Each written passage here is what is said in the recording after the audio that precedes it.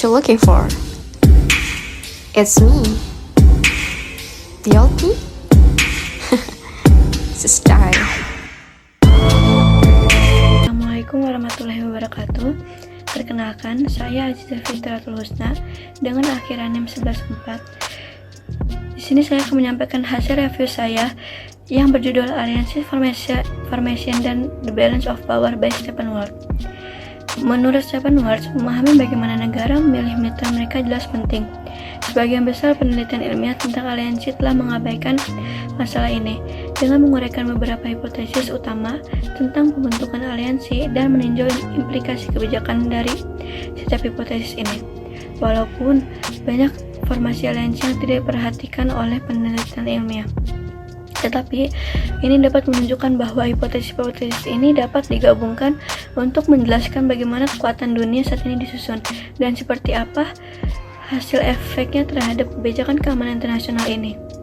Dan Stephen Ward membentuk dua aliansi, yaitu formasi balance dan formasi bandwagon. Yang pertama, formasi balance yaitu yang mempunyai keseimbangan kekuatan yang berpusat pada satu gagasan bahwa negara-negara akan membentuk untuk mencegah kekuatan yang lebih kuat yang mendominasi mereka.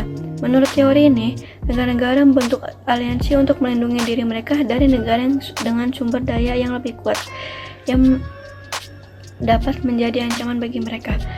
Dan dengan adanya dua alasan utama mengapa negara-negara akan memilih untuk mencapai keseimbangan, yaitu bergabung dengan mereka yang tidak dapat dengan mudah memimpin sekutunya, dan formasi balancing memilih negara yang menyeimbangkan kekuatannya dengan negara yang lemah.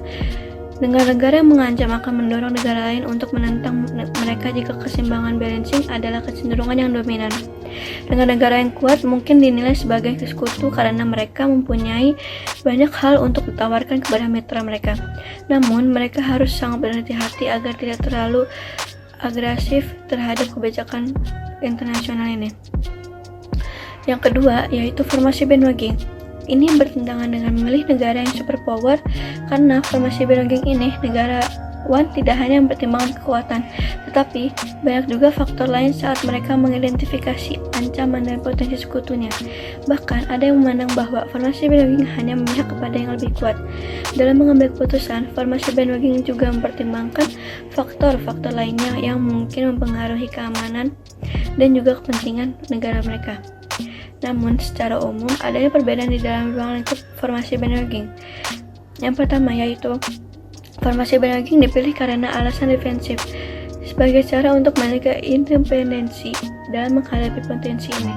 Yang kedua, yaitu negara yang termasuk formasi bandwagon memilih berpihak yang memimpin karena alasan ofensif untuk memperoleh wilayah.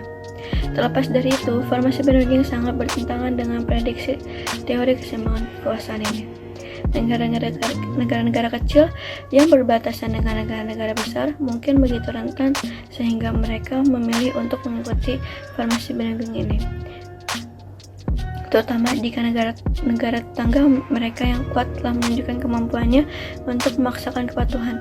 Dan formasi bandwagon jauh lebih kompetitif jika suatu negara cenderung bersekutu dengan negara yang paling kuat, maka negara-negara besar akan mendapat imbalan jika mereka terlihat kuat dan berpotensi berbahaya. Persaingan internasional ini akan semakin intens karena satu kekalahan mungkin menandakan kemunduran salah satu pihak dan dominasi pihak lain. Bahwa formasi bandwagon merupakan kecenderungan dominan dalam urusan internasional ini. Dalam dua aliansi ini biasanya dibingkai dalam kerangka kekuasaan, yaitu balancing adalah menyelaraskan dengan pihak yang lebih lemah dan bandwagon memilih yang lebih kuat. Itu secara singkatnya. Oleh karena itu, keseluruhan kekuatan suatu negara merupakan bagian penting dari ancaman yang dapat mereka lakukan terhadap negara lain. Namun, keadaan seperti ini jarang sangat terjadi di dunia internasional, dan aliansi-aliansi seperti ini akan hancur ketika kesenjangan yang mendasarinya terkikis. Selain itu, bahkan jika negara-negara lemah, kadang akan menjadi formasi bandwagon keputusan-keputusan mereka dan akan berdampak kecil pada keseimbangan kekuatan global ini. Ideologi yang sama dapat membentuk aliansi yang efektif, tetapi jenis ideologi tertentu lebih cenderung menyebabkan konflik daripada kerja sama di antara penganutnya. Konflik ini muncul ketika ideologi tersebut meminta anggotanya untuk membentuk gerakan hierarkis, terpusat dengan kepemimpinan otoritatif tunggal. Hasil yang tidak paradoks ini terjadi karena berbagai alasan. Namun, jika apa yang dikatakan oleh Kenneth Waltz benar bahwa dunia bipolar adalah dunia yang paling stabil, maka dampak ideologi dapat meningkat karena semua negara lebih aman.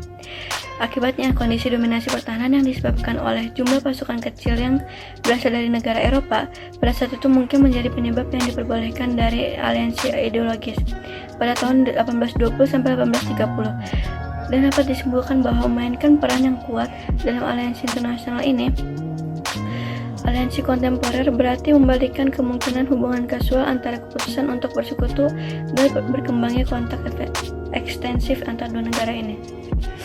Secara umum, orang-orang yang berpendapat bahwa keamanan Amerika rapuh sering menganggap bahwa sekutu Soviet dapat diandalkan dan Amerika rentan untuk itu. Di sisi lain, orang-orang yang berpendapat bahwa keamanan Amerika kuat cenderung menganggap bahwa sekutunya lebih kuat dan dapat diandalkan daripada Uni Soviet. Seperti contohnya, haruskah Amerika Serikat meningkatkan komitmennya pada NATO untuk mencegah pertumbuhan kekuatan militer Soviet yang mengarah pada Finlandisasi Eropa? Dan jawabannya adalah pada akhirnya bergantung pada hipotesis pembentukan aliansi, dan bisa disimpulkan bahwasanya negara-negara yang membentuk aliansi untuk balance diri untuk melawan ancaman bukan formasi bandwagon, yaitu formasi balancing.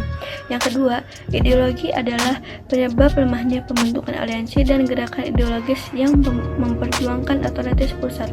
Demikian dari hasil review saya. Sekian, terima kasih. Wassalamualaikum warahmatullahi wabarakatuh.